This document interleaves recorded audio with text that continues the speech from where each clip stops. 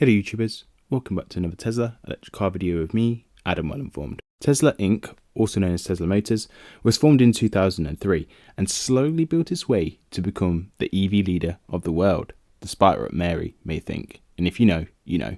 But why do consumers, like yourself, pick an electric car made by Tesla, a relatively fresh-faced newbie on the automotive scene, in comparison to an electric vehicle produced by a long-established, well-known combustion brand?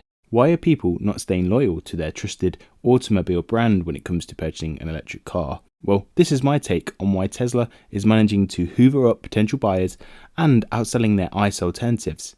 Before you go on and watch the video, I've owned a 2021 Tesla Model 3 for over 15 months, but I won't be tearing up and playing down other electric vehicles on the market for one very ridiculously simple reason, for which I'll explain later in the video. So let's go on to discuss what makes Tesla so electric, and as you can tell, I'll probably drop some awful dad jokes along the way that may upset you.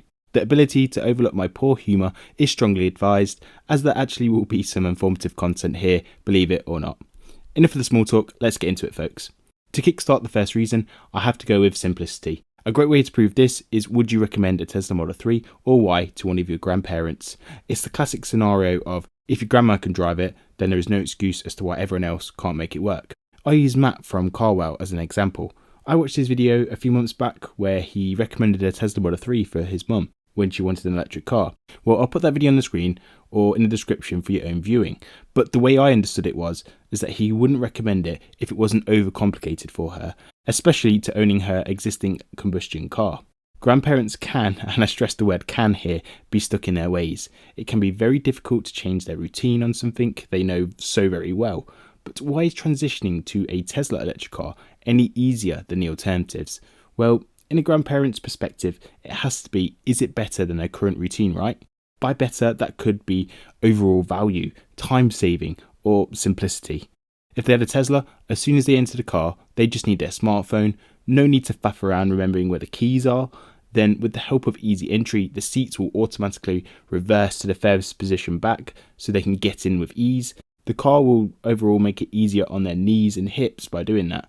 Now, if you are one of them grandparents, I swear, I'm not taking shots at you. You're probably way more agile than the scene that I'm setting out, but I would appreciate just some validation of how simple a Tesla is to operate in the comment section below, because ultimately your word is going to be stronger than mine.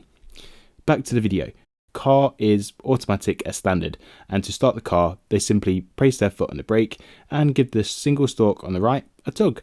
How easy is that to explain? To start, enter the car, put your foot on the brake, pull the right stalk. The alternative is find your keys to open the door, then open the door, shuffle into the seat, adjust the seat, maybe, potentially, enter the key, press the start button, or if you got a nice, turn the ignition on, then place into drive via the gear knob. Seriously, we have the technology to make this process so much easier, and Tesla is demonstrating that. There are cars like the Polestar 2 and the Hyundai Ioniq 5 that have made progress here, but Tesla have been doing this for years, and some have followed this path, and some still have that dreaded and broadly useless start button. Upon test driving a Tesla, the simplicity really jumps out as a standout feature, on one that no stat you read on the website would truly represent how it will change your perception on this matter. The simplicity is just truly appreciated as part of ownership, and a test drive will demonstrate and just give you a direct insight into that for sure. However, it gets even better. If they leave the door open, the car notifies them via the smartphone. If they open the door without putting the handbrake on, the car will automatically initiate park on their behalf. Auto headlights, back and side camera views for parking, auto wipers, pre-scheduled cabin warming. All these are small functions that will help alleviate the step-by-step laborious process of driving. Rather than multiple manual processes or distracting themselves with brand new stalks and different placements for buttons, functions are automated or just a voice command away. I'm not saying there isn't a learning curve to all of this, but it is damn right smaller to nail the essentials than the alternatives. Grandma can focus more on her driving and less time fiddling around stalks and forgetting to turn her headlights on. In all fairness, this isn't just for the benefit of Grandma, it's for the benefit of everyone. There are some drivers worse than Grandma, and Tesla's approach to alleviate steps through the introduction of simplicity and technology is truly felt behind the wheel. As an owner, I never truly appreciated myself just how simple it would be to jump into a Tesla and just drive it, park it and charge it. Even road trips, enter the destination into the sat-nav and the planning is done for you. If there was one vehicle I would feel comfortable behind a grandma operating, it would be a Tesla. Simply for the fact driving a Tesla could never be so easy, simple and safe.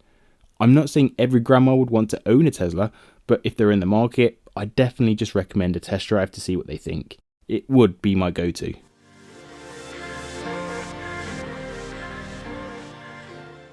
The second reason Tesla is a standout electric car has to be its range and efficiency. The latter is probably overlooked as well. Range is an easy indication of practicality in daily life, and efficiency is just not getting the recognition it actually deserves just yet.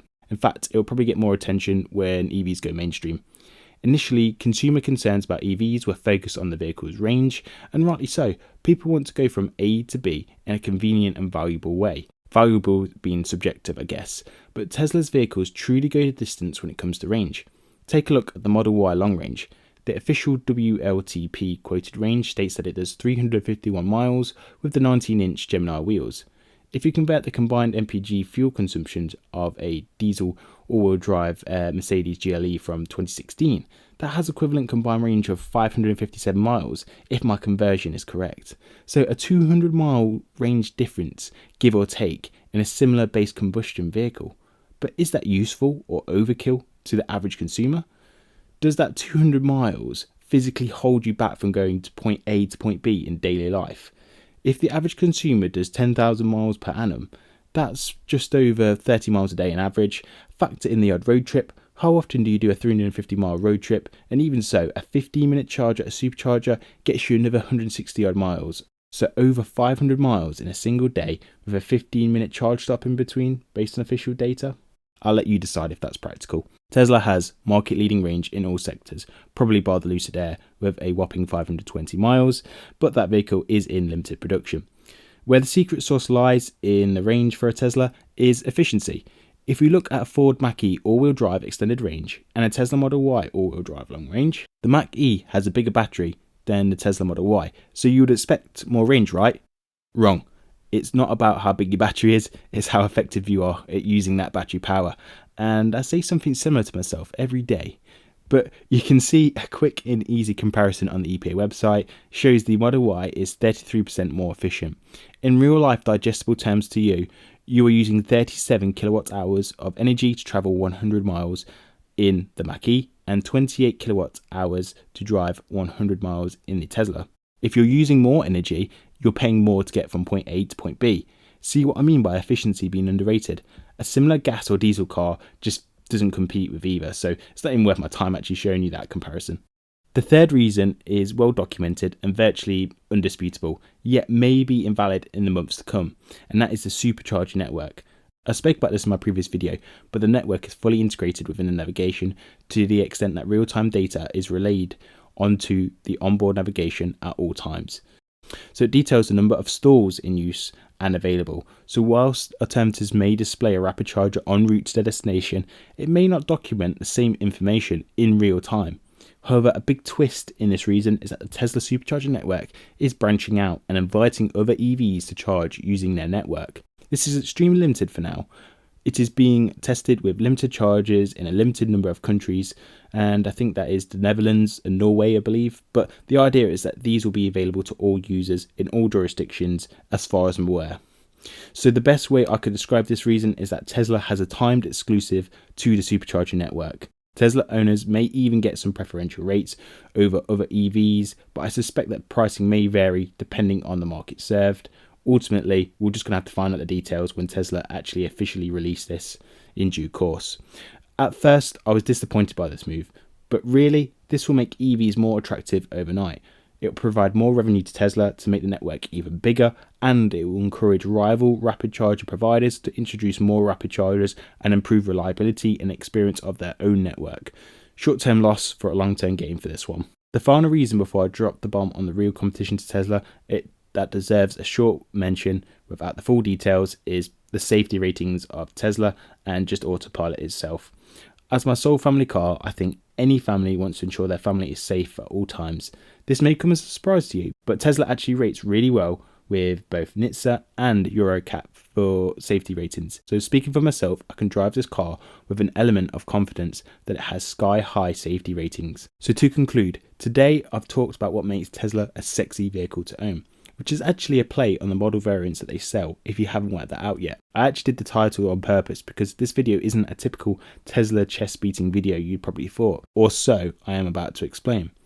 So whilst I've said many positive things about Tesla on why I'd recommend it to grandma, the reality is the car isn't perfect. No car will ever be textbook perfect for everyone. There's always room for improvement, and equally some bits are just flatline personal preference like the exterior design.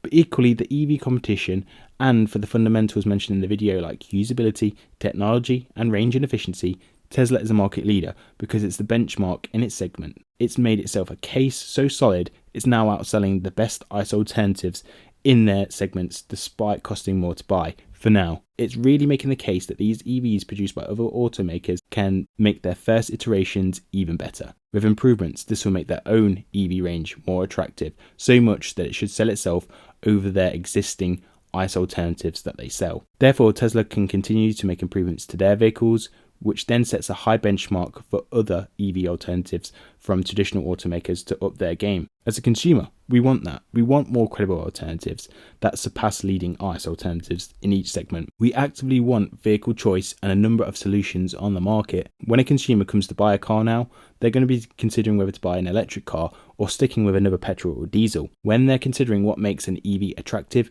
they will look at Tesla as the electric car benchmark. Even if they dismiss a Tesla, maybe for looks, which I understand is completely subjective, it's like your wife. You love your wife, but I certainly don't. Wait, that's probably not a great analogy to use. Anyway, the point is EVs don't actually compete against each other. Tesla vehicles, as sexy as they are, ultimately, they are influencing the direction of the EV industry for sure. They've introduced ICE-busting vehicles and clearly a working formula that I hope rivals analyse and make changes to their own vehicles in pursuit of credible consumer choice amongst EVs and finally put their own twist or benchmark on things. There we have it. I hope you enjoyed the video. Let me know in the comment section below if you think Tesla is bringing sexy back and bringing sexy to EVs. If you're not sure what to comment, you can always just comment Grandma for Tesla and I'll give you a cheeky thumbs up. Don't forget to subscribe, like the video, share it to your friends and family if you found this video useful. Otherwise, you've been great. I hope you've enjoyed the video and I'll see you in the next one.